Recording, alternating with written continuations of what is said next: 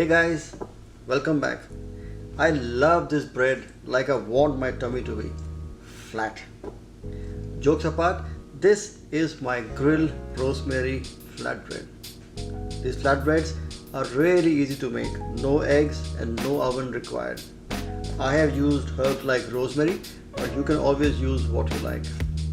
These also keep well in the fridge, so whenever you have guests over, my tip would be to prepare these in advance and simply heat and serve it on the day. This way you can be enjoying with the guests instead of making these flatbreads. Let me show you how to do it. So let's get cooking. This is a very simple bread to make. It doesn't require an oven as such. It's going to be grilled in the pan. We start off by taking strong flour and putting it into a bowl. Add salt, a generous quantity of salt. Unfortunately, a lot of chefs sometimes under season the bread and it doesn't taste nice, so salt is very important. Sugar, it gives a slight sweetness required for the bread.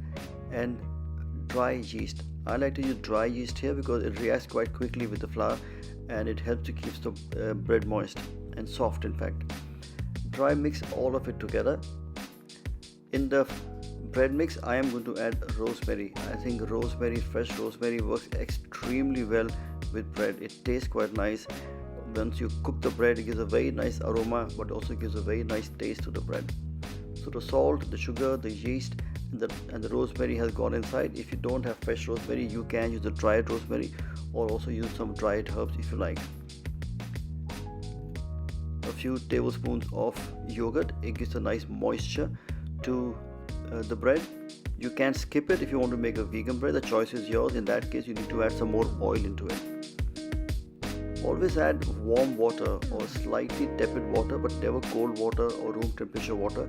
Slightly moist because the warm water has to actually react with the yeast and helps it to raise in quantity. It helps to aerate the bread quite well.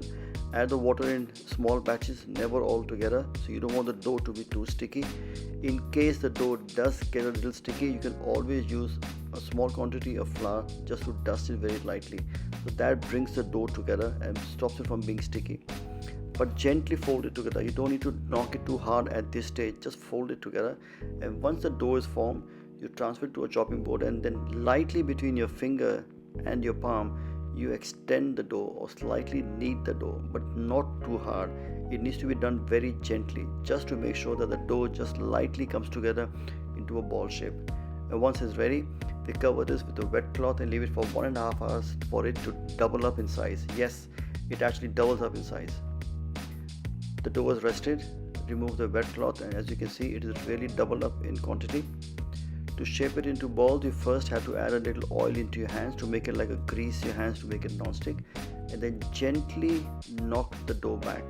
That means gently mix the dough for it to slightly come together well. Grease a roasting tray with a little oil and also grease your palms because we're now going to shape the dough into small ball. So approximately 70 to 80 grams of dough in a hand. Between a palm and the fingers of the other hand, you shape them into a round ball and place them onto the roasting tray. And because the tray has been greased, it does not stick on the base. Now this dough balls are then left to rest for a good 20 to 25 minutes to further rise and soften up. In the meantime, lightly oil your rolling board and place a dough ball on it. Now the oil helps the dough or prevents it from sticking. Lightly also grease the rolling pin and stretch out the dough into an oval shape, something like a naan you can say.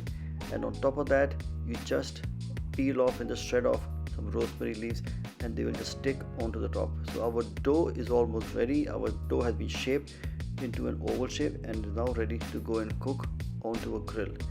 Yes, we are not going to use an oven but a hot grill. So it's quite an instantaneous way of making the bread. Heat a grill, a heavy bottom grill, and put the bread on top of that. And there you can see it begins to get shape, it begins to cook quite well. I have used olive oil initially, but to finish off the dish, I always use some extra virgin olive oil. It tastes better that way. So the first bread done and then goes in the second bread. And here we are. And that's our rosemary flatbread. Best enjoyed warm. Bon appetit.